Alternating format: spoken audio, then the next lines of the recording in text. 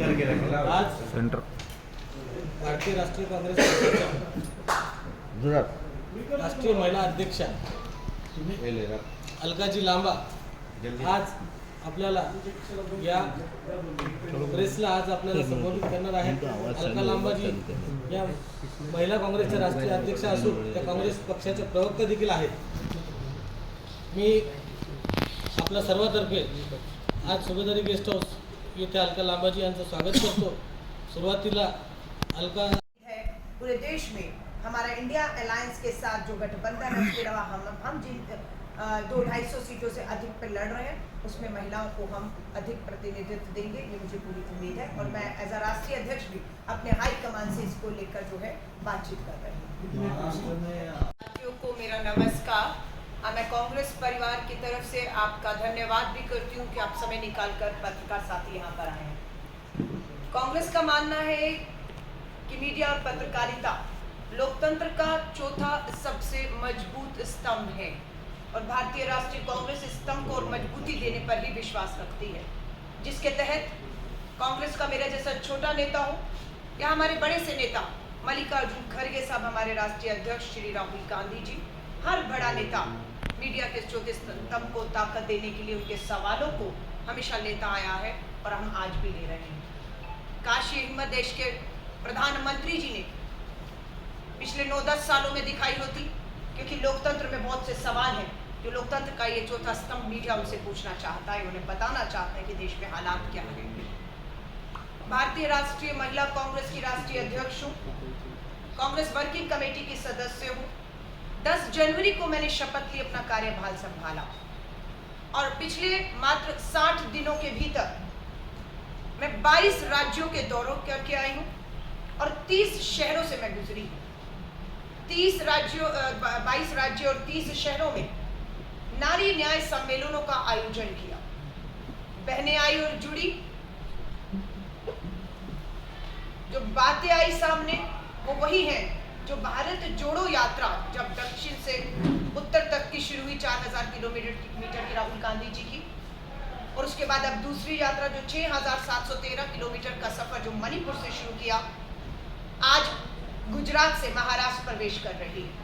6713 kilometre की ये भारत जोड़ो न्याय यात्रा में इन पूरे रास्ते में देश का किसान, सरहद पे खड़ा जवान, सरकारी कर्मचारी, पीड़ित महिला बहनें, महंगाई, बेरोजगारी, महिलाओं के साथ बढ़ती अत्याचार और हिंसा मुद्दे रहे। सबसे बड़ा मुद्दा जो आज देश के सामने है वो बढ़ती महंगाई, बढ़ती बेरोजगारी का मुद्दा आज खड़ा हुआ है। 8 मार्च को अंतर्राष्ट्रीय महिला दिवस था। प्रधानमंत्री जी ने घोषणा की कि 100 रुपया सिलेंडर कम करते हैं। पर राजस्थान, मध्य प्रदेश, छत्तीसगढ़ के चुनाव में मोदी की गारंटी थी कि सिलेंडर 450 रुपये, क्योंकि राजस्थान में कांग्रेस की गहलोत सरकार 500 रुपये का दे रही थी, लेकिन बोला 50 रुपये कम 450 में देंगे। वो 900 का सिलेंडर आज 800 पर है। पर बहनें, आज मैंने यहाँ पर भी नारी न्याय सम्मेलन को संबोधित किया। महंगाई और बेरोजगारी सबसे बड़े मुद्दे हैं इस पूरे जो है आप कहेंगे आने वाले चुनाव में। 5 गारंटी युवाओं को लेकर राहुल गांधी जी घोषित कर चुके हैं। अब कल 13 मार्च को झूले में श्री राहुल गांधी जी महिलाओं को लेकर 5 बड़ी गारंटी या घोषणाएं करने जा रहे हैं, जो 2024 के चुनाव के हमारे घोषणा पत्र का भी हिस्सा रहेंगी। और किस तरीके से ये 5 गारंटी जिसका ऐलान हमारे पूर्व कांग्रेस अध्यक्ष सांसद राहुल गांधी जी करने वाले हैं, इसमें महिलाओं के आर्थिक सशक्तिकरण पर सबसे ज्यादा जोर दिया गया है कि महिलाओं के हाथ में काम और कमाई ये कैसे दे सकते हैं। इसका पूरा खाका तैयार किया जा चुका है, जिसकी घोषणा कल श्री राहुल गांधी जी कि हम किस तरीके से गरीबी, महंगाई और बेरोजगारी के चलते महिलाएं जो घरेलू हिंसा का शिकार हो रही है, उन्हें राहत के लिए आर्थिक सशक्तिकरण की तरफ हमारा ये जो है पूरा कार्यक्रम आगे रहेगा।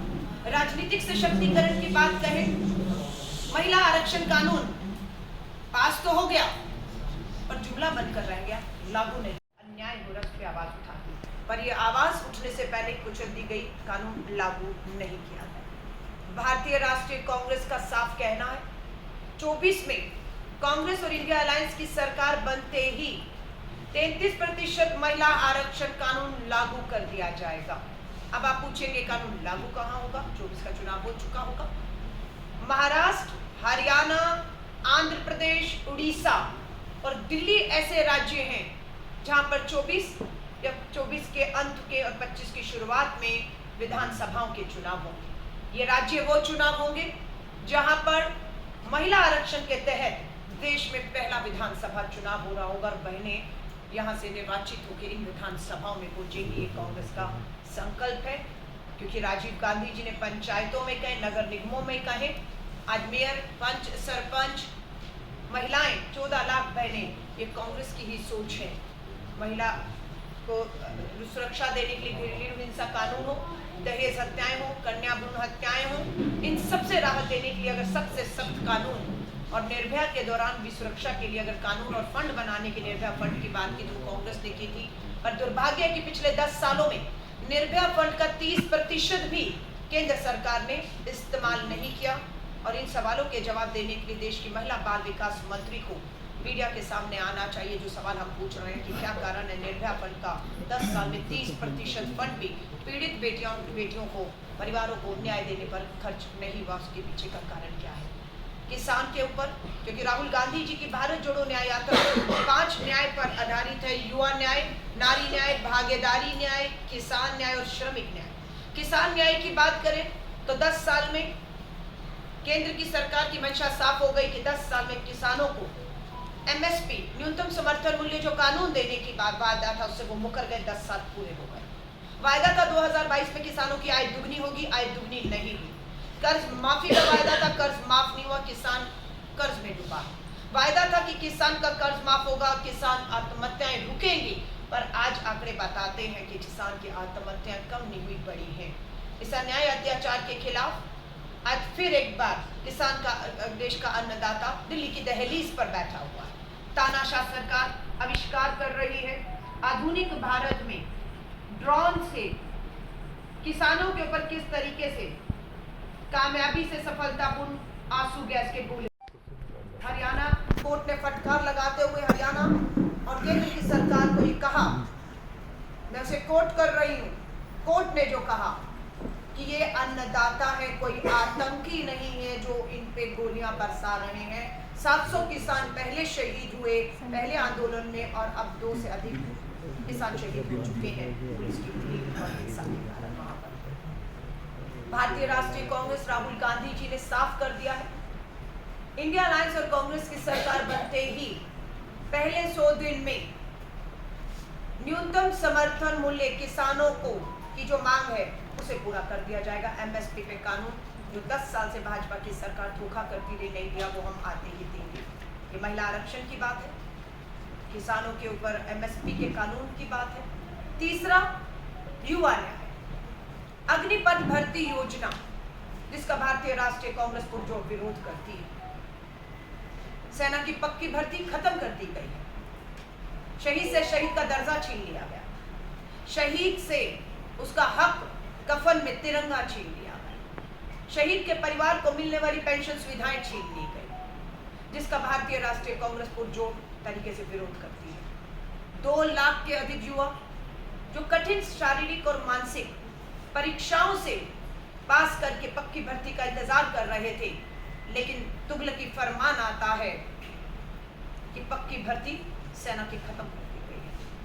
ठेके की 4 साल की भर्ती शुरू कर दी गई है और इस ठेके की नौकरी को जिसे करना है वो करेगा। भारतीय राष्ट्रीय कांग्रेस ये विश्वास दिलाती है उन 2 लाख युवाओं को जिनकी पक्की भर्ती का इंतजार था, उनके सपने चूर किए, वो भी आज दिल्ली राजधानी में आंदोलित है। किसान हो, जवान हो, न्याय मांगती बहनें बेटियां हो, प्रधानमंत्री जी के पास समय नहीं है। सो हमारा ये कहना है कि अग्निपथ भर्ती योजना को हम आते ही रद्द करेंगे और सेना की पक्की भर्ती वापस चालू करेंगे। और जो रिक्तियां हैं, जो 2 लाख युवा पक्की भर्ती की हर परीक्षा पास कर चुके थे, उन्हें पक्की भर्तियों के साथ साथ 30 लाख सरकारी नौकरियों में पक्की जो सरकारी नौकरियों के पद खाली है, हम उन नौकरियों को पदों को भरने की बात करते हैं। यहाँ पर श्रमिक न्याय की बात है कि मनरेगा जैसे कानून, योजनाएं लाई गई जिसका लाभ ग्रामीण भारत में मजदूरों को मिला और उनका जो देय है उसे कम कर दिया गया है, जिसकी वजह से हमारा श्रमिक मजदूर के साथ भी लगातार अन्याय हो रहा है। ऐसे कानून कृषि कानून के तहत ही समय ही लाए गए जो हमारे मजदूरों को मंजूर नहीं है।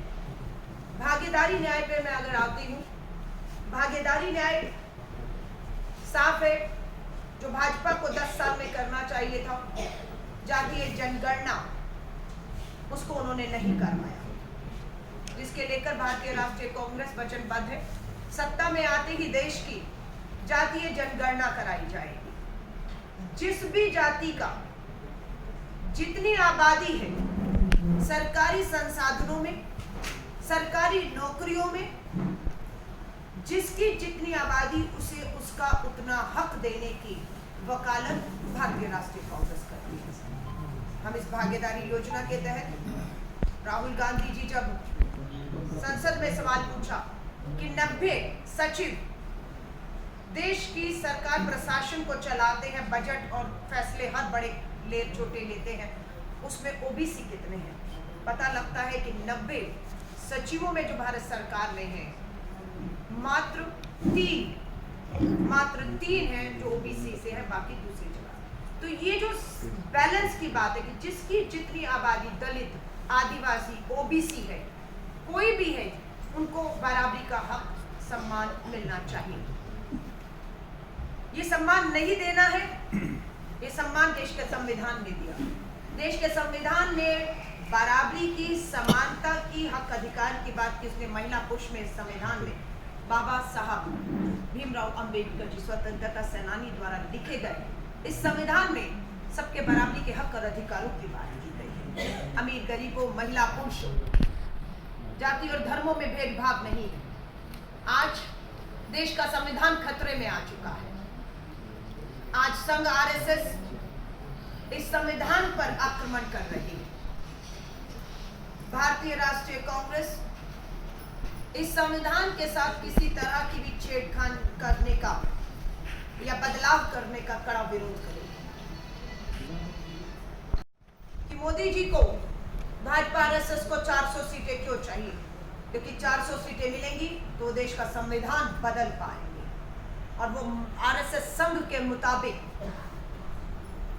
नया एक संविधान लिख पाएंगे और थोप पाएंगे, जिसे इस लोकतंत्र में हम होने नहीं देंगे। हम देख रहे हैं कि संविधान के भीतर मिले हक अधिकारों को चर्चा पर, कृषि कानूनों पर कोई चर्चा नहीं हुई, थोप दिए गए देश पर, और तानाशाह सरकार को घुटनों पर लाया देश का किसान। कृषि कानून वापस हुए। आज इसी तरह हम देख रहे हैं कि बहुत से कानून तानाशाही तरीकों से संख्या बल पर लाकर देश पे थोपे जा रहे हैं। कहीं कोई लोकतंत्र नहीं है। इसके उदाहरण है संविधान के साथ छेड़छाड़ करने का। 1 नेशन 1 इलेक्शन शगुफा छोड़ा गया है। पूर्व राष्ट्रपति को चेयरमैन बना दिया गया है। हाँ, चुनौती आ चुकी है कि देश चुनाव की दहलीज पर खड़ा है। 90 करोड़ मतदाता हैं। पूरे देश लोकसभा के चुनाव में जा रहा है। 1 इलेक्शन कमीशन और 1 सदस्य रह गया है। दबाव था, क्या ब्लैकमेलिंग थी कि ठीक चुनाव का इंतजार था कि प्रेस कॉन्फ्रेंस करके चुनाव आयोग तारीखों की घोषणा करेगा। उससे पहले एक पद पहले ही खाली था सदस्य का। दूसरे सदस्य ने भी अपने कार्यकाल को पूरा होने से पहले अपना इस्तीफा दे दिया और खामोश है। लोकतंत्र में ये गंभीर सवाल खड़े हुए हैं कि ये क्या खेल चल रहा है। चुनाव आयुक्त और मुख्य चुनाव आयोग की नियुक्ति का पैनल बनाया था 5 जजेस की बेंच ने कि अब मुख्य चुनाव आयुक्त और सदस्यों की नियुक्ति मात्र तानाशाही तरीकों से बंद कमरे में, सत्ता सरकार नहीं करेगी। इसमें नेता विपक्ष होगा, प्रधानमंत्री होंगे और मुख्य न्यायाधीश होंगे। तानाशाह सरकार ने संख्या बल पर पलट दिया उस फैसले को और मुख्य न्यायाधीश को नियुक्ति से बाहर करके अपने एक मंत्री को उसमें रख दिया ताकि अब जो सत्ता चाहेगी वो खेल होगा। उसके बावजूद भी चुनाव आयोग के सदस्य इस्तीफा देंगे। इलेक्टोरल बॉन्ड चाहे ईडी हो चाहे इनकम टैक्स हो, ठीक चुनाव से पहले जिस तरीके से इनका दुरुपयोग और बढ़ गया, ऐसा नहीं कि 10 साल में नहीं हो रहा था, 10 साल में हो रहा था, लेकिन और बढ़ गया क्योंकि सामने चुनौती देता हुआ देश का अन्नदाता, किसान, युवा, आदि आबादी, महिलाएं जो त्रस्त खड़ी हैं, इसलिए अपनी हार को देखकर संविधान को तार-तार करते हुए ये हर हथकंडा अपना रहे हैं। सुप्रीम कोर्ट के आदेश आया एसबीआई को कि 6 तारीख तक, मार्च तक उन्हें किसने किसको कितना चंदा दिया, बदले में सत्ता ने, सरकारों ने चंदा लेने वालों को क्या लाभ दिया, उस सब चीजों का खुलासा होना था। लेकिन एसबीआई केंद्र सरकार के दबाव में 30 जून का समय मांग रही थी, सारा चुनाव खत्म हो जाता। यही कहा गया था, प्रधानमंत्री जी याद दिला रहे हैं,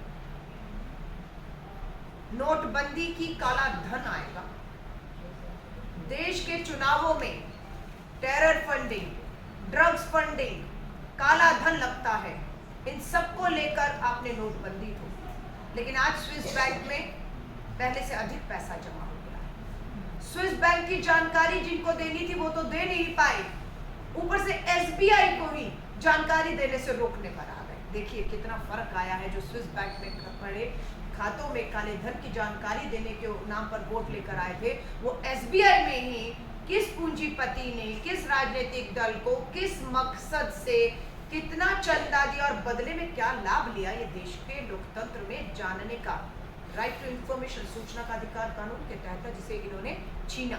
सुप्रीम कोर्ट का फैसला आ चुका है, स्वागत है, इंतजार है, हर एक की नजर है।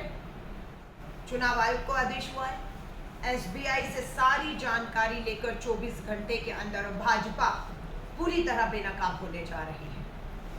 इसीलिए यह हथकंडे, 10 साल तक एक कानून आएगा आएगा आएगा, वो कानून सीए कानून आएगा, इसको लेकर पूरे देश में इन्होंने हर तरीके का ध्रुवीकरण करने की कोशिश की। राजधानी दिल्ली से आती दंगों की आग में जली उस आंदोलन में दिल्ली, पूरे देश का माहौल खराब किया इन्होंने, पर 10 साल तक सिर्फ एक जुमला बनाकर रखा। आज चुनावों की तारीख घोषित होनी है, तो इन सभी मुद्दों से ध्यान भटकाने के लिए इलेक्टोरल बॉन्ड, चुनाव आयोग में क्या चल रहा है, सीबीआई, इनकम टैक्स, ईडी और आपकी किसान आंदोलन, हमारे सरहद पे खड़ा जवान मक्की भर्ती वापस मांग रहा है सेना की, महिलाओं के साथ हो रहे बलात्कार अत्याचारों पे कोई जवाब नहीं है। इस तरह का चुनाव से पहले एक कानून, एक नोटिफिकेशन लाकर दोबारा देश का माहौल खराब करना चाहते हैं भारतीय राष्ट्रीय कांग्रेस। और राहुल गांधी जी की यात्राओं का सिर्फ एक मकसद था, पहले भारत जोड़ो यात्रा की, कन्याकुमारी से कश्मीर के लाल चौक तक तिरंगा सबको एक रखते हुए ले जाने में हम कामयाब हुए, भारत को जोड़ने में कामयाब, जोड़े रखने में कामयाब हुए, मैं ये कहूँगी। और भारत जोड़ो न्याय यात्रा भी आज सफल हुई है, अंतिम पड़ाव है। आज गुजरात से महाराष्ट्र प्रवेश कर गई है, कल लोगों को ज़्यादा विश्वास है, क्योंकि नहीं हुई आय दुनिया किसानों की, नहीं मिली 2 करोड़ नौकरियां हर साल, नहीं हुई बेटी बचाओ के नारे के तहत बेटियां सुरक्षित, नहीं हो पाया देश का जो है अर्थव्यवस्था। रुपया था कि मनमोहन जी के समय पर, सरकार के समय पर प्रति डॉलर 45 रुपए था, बयान होते थे जब देश का रुपया गिरता है सरकार की साख गिरती है, और आज उसी डॉलर की कीमत 83 रुपए पहुंच चुकी है। हमारे रुपए में तेल कंपनियां हमें तेल देने से मना कर रहे हैं, बोल रहे रुपए की कीमत गिर चुकी है, साख गिर चुकी है, इसलिए हम आपको नहीं देंगे। अमेरिकन डॉलर की जगह प्रधानमंत्री जी रूस से चीनी युआन में, जिन्हें ला करके दिखानी थी 56 इंच का सीना, वो युआन में रूस से तेल खरीदने पर मजबूर हुआ है, रुपया स्वीकार नहीं किया जा रहा। तो ये बहुत सी बातें हैं, मैंने आपको हर मुद्दे पर बात किया है, और यही हमारे आने वाले 2024 के चुनावों के मुद्दे रहने वाले हैं।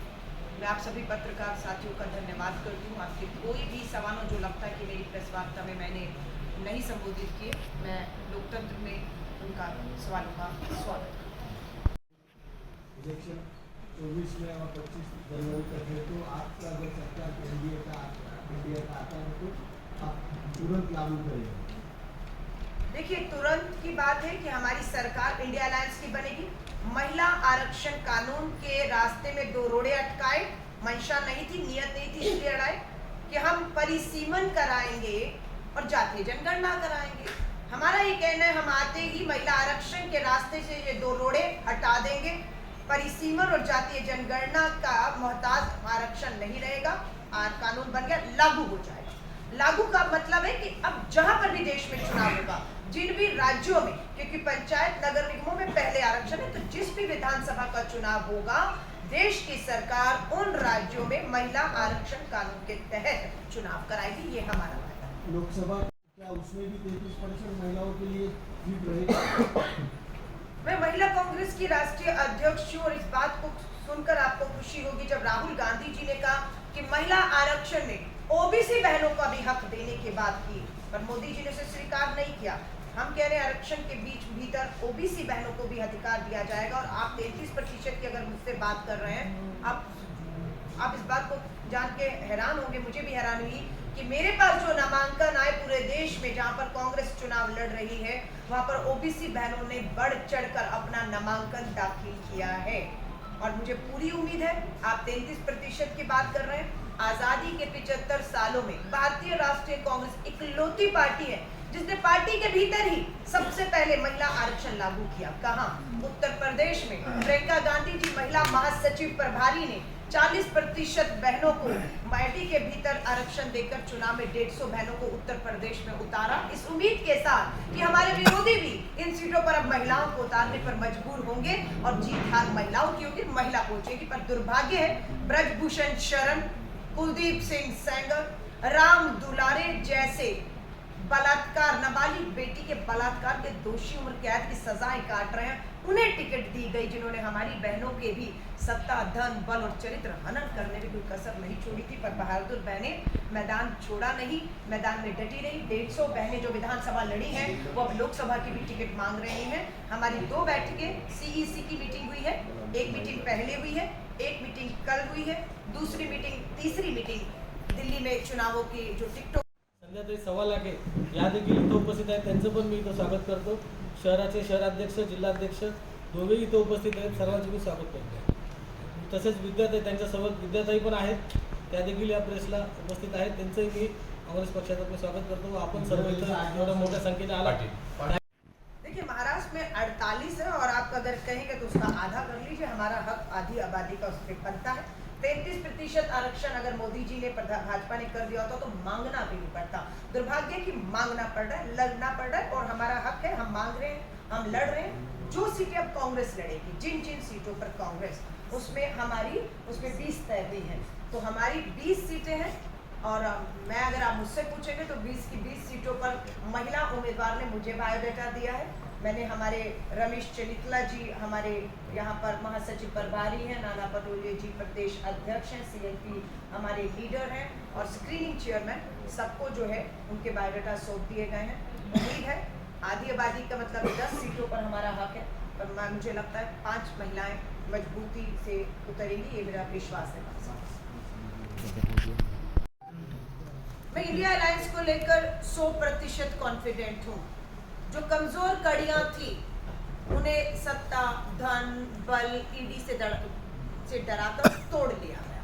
महाराष्ट्र, इंडिया अलायंस बनते ही हमला हुआ शिवसेना पर, इंडिया अलायंस बनते ही हमला हुआ एनसीपी पर, 2 फाड़ हुए। और वो सारे जो भ्रष्ट, करप्ट थे, जिन्हें ईडी, सीबीआई सत्ता का असम में लेकर गए, पूरी सरकार को असम में रखा गया। कितने दिन रखा गया, पैसे का खेल हुआ, तमाशे हुए, लोकतंत्र की सरेआम हत्या हुई। झारखंड ताजा उदाहरण है, गिराने गए थे हमारी सरकार को। 400 की सीटों का दावा करने वाले प्रधानमंत्री जी, भाजपा आरएसएस आज भी लोकतांत्रिक चुनी हुई सरकारों को टिकने नहीं दे रही है। अरे इतना कॉन्फिडेंस है तो चाहिए चुनाव में। चंडीगढ़ में क्या हुआ आपने देखा, मेयर के चुनाव में सुप्रीम कोर्ट ने कहा, मेरी नजर है तुम पर, मैं देख रहा हूँ। फटकार लगी, लोकतंत्र की हत्या होने से सुप्रीम कोर्ट ने बचाया, और आज इंडिया अलायंस का, आम आदमी और कांग्रेस का मेयर वहां शपथ ले चुका है। हिमाचल में अभी फिर इन्होंने राज्यसभा के चुनावों में फिर धन और बल से किस तरीके से जो है वहां की सरकार को स्थिर करने की कोशिश की, वहां पर भी हम अपनी सरकार को स्थिर बचाने में कामयाब हुए। आज कहते हैं ऊंट पहाड़ के नीचे आ गया, अपने ही उसका स्वाद चख रहे हैं हरियाणा में। अभी खबरें आ रही हैं, ब्रेकिंग न्यूज चल रही है कि जेजेपी ने भाजपा से गठबंधन तोड़ लिया है। हरियाणा की सरकार खतरे में आ चुकी है। बचाइए अपनी सरकार को मोदी जी, क्योंकि आपकी सरकार वहां पर जेजेपी ने नहीं गिराई। वहां के किसान जो आंदोलित है, वहां जो जवान है, साक्षी मलिक बेटी जो ब्रजभूषण के खिलाफ न्याय मांग रही है, संदीप सिंह आपका मंत्री हरियाणा सरकार में बैठा हुआ यौन उत्पीड़न गंभीर आरोप है, ये वो सब मिलकर मजबूर किया आपकी सरकार। देश का किसान अन्नदाता आज हरियाणा में गिरते हुए देख रहे हैं। जल्द आप 2024 में देश में इस तानाशाह अलोकतांत्रिक सरकार जो संवैधानिक संस्थाओं का दुरुपयोग करके पूंजीपति मित्रों के धन और बल के ऊपर, जिसका खुलासा इलेक्ट्रॉनिक बॉन्ड में होने वाला है, उसके तहत जा रहे हैं। अब ओंधे मुंह आपके गिरने का समय आ चुका है। 90 करोड़ की आबादी तैयार बैठी है। राहुल गांधी के वक्त है कि रणनीति करनी चाहिए, तो वो भारत यात्रा करते हुए राहुल जी की रणनीति होनी चाहिए। रणनीति तो यही होनी चाहिए ना कि आप सड़कों पर जाएं, पैदल जाएं, लोगों के बीच में जाएं, जवान, किसान, दलित, आदिवासी के पास जाएं। वो तो कर रहे हैं राहुल गांधी जी। प्रधानमंत्री जी क्या कर रहे हैं? कभी शेर के साथ फोटो, कभी हाथी की सवारी, और कभी यहाँ और कभी वो क्या कर रहे हैं? समुद्र के किनारे फोटो। ये काम है प्रदेश के प्रधानमंत्री का, 140 करोड़ की आबादी का। राहुल गांधी जी जो कर रहे हैं वो प्रधानमंत्री जी को भी सीखना चाहिए। 10,000 किलोमीटर से अधिक की यात्रा दक्षिण से उत्तर, पूर्व से पश्चिम की करके लगातार लोगों के बीच में है, लोगों की बात सुन रहे हैं और उन्हीं को ताकत देने का काम कर रहे हैं। असली काम नेता का जो है इस देश में, अगर कोई आज जमीन पर उतर कर रहा है, देश को जोड़ने का, उनके मुद्दे जो हाशिए पे चले गए उन्हें केंद्र में लाकर सरकार को कटघरे में खड़े करने का अगर कोई काम आज एक अकेला नेता देश भर में कर रहा है, उनका नाम है श्री राहुल गांधी और हमें गर्व है। मैडम, मोदी सरकार ने कल सीए कानून देश भर में लागू किया, क्या लगता है आपको कि चुनाव को सामने, लोकसभा चुनाव को? मैंने उसका जवाब आपको दे दिया है कि मुद्दा इलेक्ट्रॉन बॉन्ड पर बेनकाब होने जा रही है। काला धन, पूंजीपति मित्रों का धन, क्या लाभ सरकार से लिया? चुनाव आयोग के 2 सदस्य खाली पड़े हुए हैं। आपका जिस तरह से लोकतंत्र की हत्या की जा रही है, कांग्रेस के हमारे अकाउंट सीज कर दिए जाते हैं। चुनाव आयोग, आप सोचिए, लोकतंत्र के आप चौथे स्तंभ है। ऐसा कभी इतिहास में हुआ हो तो बताइए वो दिन कि मुख्य चुनाव आयुक्त और 2 सदस्यों से इंडिया अलायंस और कांग्रेस पिछले 6 महीने से लिखित में समय मांग रहा है मिलने का। चुनाव की दहलीज पे खड़े हैं, लोगों के बहुत से सवाल हैं, ईवीएम हो या और चीजों को लेकर। हम चुनाव आयोग से लोकतंत्र में समय मांगते हैं। क्या मजबूरी, क्या लालच, क्या दबाव है चुनाव आयोग इस लोकतंत्र में? मुख्य विपक्षी दलों को मिलने का समय नहीं देते हैं। तो ये सब बौखलाहट है, ये सब डर है, जिसकी वजह से ये जो आप बात कर रहे हैं, सीए नियत होती तो 10 साल पहले लेकर आते, लागू करते। आज 20 लाख लोग देश की नागरिकता छोड़ चुके हैं पिछले 10 साल में, और आप नागरिकता देने की बात कर रहे हैं। अरे नागरिकता छोड़ रहे हैं लोग, क्यों? क्योंकि महंगाई, बेरोजगारी, काम धंधे माहौल नहीं है। व्यापारी बढ़ते जीएसटी की दरों से परेशान है। चंद मुट्ठी भर आप पूंजीपति मित्रों को लेकर अपनी वाहवाही कराएंगे। आप सोचेंगे हर विज्ञापन पर आप छपे हुए दिखेंगे, हाँ, तो उससे आप चुनाव जीत जाएंगे। तो जो 10 साल पहले माहौल था या 5 साल पहले माहौल था, वो माहौल इनको स्वीकारना होगा, आज नहीं है। और ये मुद्दे लाकर देश का माहौल बिगाड़ने की सत्ता की कोशिश है, ताकि एक बार फिर से ध्रुवीकरण हो, असल मुद्दे चर्चा में न आए, हाशिए पे चले जाएं, फिर ध्रुवीकरण हो, फिर धर्मों में आपस में जो है वो लड़ाई हो, और ये अपना मकसद साधें, जिसमें हम सतर्क हैं। हम ऐसा नहीं होने देंगे। और अपील भी करूंगी देश के सभी लोगों से, नागरिकों से, हर धर्म जाति के लोग से, ये 2-3 महीने हम सब के लिए, इस देश के लिए बहुत चुनौतीपूर्ण है। सत्ता में बैठे लोग हर तरीके का खेल खेलने का जो संविधान तक को तार-तार करने की जो है खिलवाड़ करने की कोशिश है। सो हम सबको सतर्क रहना है। उम्मीद करते हैं, कोशिश रहेगी कि पूरा चुनाव निष्पक्षता से, पारदर्शी तरीके से, शांतिपूर्ण संपन्न हो जाए और भाजपा आरएसएस अपने मंसूबों में कामयाब ना हो। ये जीत भारत की जीत हो। कांग्रेस देखिए, ईवीएम पर आप मुझसे सवाल कर रहे हैं, मतदाता भी सवाल कर रहे हैं, और स्वाभाविक है आप भी सहमत होंगे। लोकतंत्र में ईवीएम पर जो भी सवाल उठ रहा है, लोकतंत्र में उसका जवाब जरूर मिलना चाहिए, चाहे जो भी जवाब है। लेकिन जब चुनाव आयोग मिलने का ही समय नहीं देगा, तो जवाब किनसे मांगेंगे? वीवीपैट की गिनती की हम बात कर रहे हैं। हम नहीं कह रहे आप ईवीएम का इस्तेमाल, अब हम समय बहुत कम रह गया, चुनाव की घोषणा होगी और 90 करोड़ से अधिक लोग मतदाता वोट करेंगे और ईवीएम से करेंगे। बट हमारी ये मांग है जो वीवीपैट है उसकी गिनती आप 5% कर रहे हैं, हम 50% और सुप्रीम कोर्ट यहाँ तक है कि अगर नौबत आई तो 100% वीवीपैट की मशीन से गिनती जो है वो होनी चाहिए। अगर ऐसा हो गया तो भाजपा 400 का दावा करने वाली 40 तक जीतेगी, ये हमारा पूरा विश्वास है।